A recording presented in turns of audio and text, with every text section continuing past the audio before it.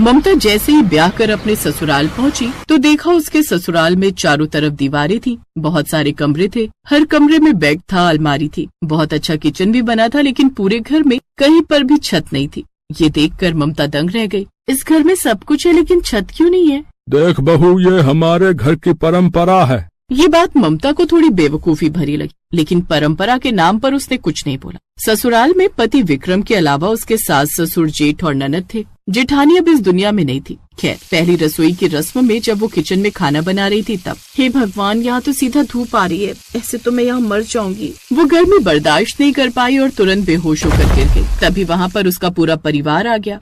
आजकल की लड़कियों में दम ही नहीं होता। पायल, एक बाल्टी पानी भर के डाल दे, इससे होश आ जाएगा, फिर जल्दी से बोल खाना बनाए। हाँ, बहुत तेज भूख लगी है हमें। हाँ पापा। पायल ने एक बाल्टी भरकर पानी ममता के ऊपर डाल दिया, जिससे उसे होश आया। ममता को उन लोगों का बिहेवियर ठीक नहीं लगा। किसी तरह उसने खाना बना लिया और सबने खा भी लिया। आज विक्रम और ममता की सुहाग रात थी। सुहाग रात मनाने के बाद जैसे ही उनकी आंख लगी, वैसे ही अचानक मूसलाधार बारिश होने लगी। सारा बिस्तर, सारा सामान गीला होने लगा। ममता तुरंत भागकर घर के बाहर निकल गई और किसी दूसरे के घर के बाहर छप्पर के नीचे बैठ गई। तभी वहाँ पर उसके ससुराल वाले आ गए। बदतमीज औरत है, ना गर्मी बर्दाश्त होती ना बारिश है, दूसरों के घर के बाहर आकर बैठ गई।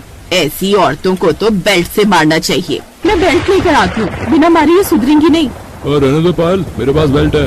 अपने ससुराल वालों का ये रूप देखकर ममता दंग रह गई। आसमान में बिजली कड़कने लगी, आंधी तूफान आ गया। ससुराल वाले ममता को घसीटकर वापस घर के अंदर ले गए और सारी रात वो लोग बारिश में सोए। लेकिन ममता को नींद नहीं आ रही थी। वो सुबह तक ऐसे ही बैठी रही। फिर दोपहर को उसका परिवार कहीं चला गया। मेरे ससुराल में तो हर कोई बदतमीज है। पूरे गांव में हर किसी के घर में छत है, सिर्फ हमारे घर में नहीं। पता तो करना ही पड़ेगा। ममता अपने घर के बाहर खड़ी हो गई। तभी वहाँ से कुछ औरतें गुजरी। ममता ने उन औरतों को बुला लिया। सुनिए, मैं आप लोगों से एक बात जानना चाहती हूँ कि हमारे घर में छत क्यों नहीं है? क्या सच में हमारे परिवार की ऐसी कोई परंपरा है? लगता है तेरे ससुराल वाले बाहर ऐश करने गए, इसीलिए तू हमसे बात कर पा रही है। बहू, तुम्हारे ससुराल वालों ने कई बार छत बनवाने की कोशिश की, लेकिन हर बार छत गिर जाती थी। बहुत सारे मिस्त्री, इंजीनियर, बहुत सारे तांत्रिकों ने भी कोशिश की, लेकिन जितनी बार वो लोग छत बनवाते थे, छत खुद ब खुद गिर जाती थी। लेकिन इसके पीछे कारण क्या हो सकता है? बहू, जब से तुम्हारी जेठानी ये दुनिया छोड़कर गई है ना, तब से ये घटनाएं हो रही हैं।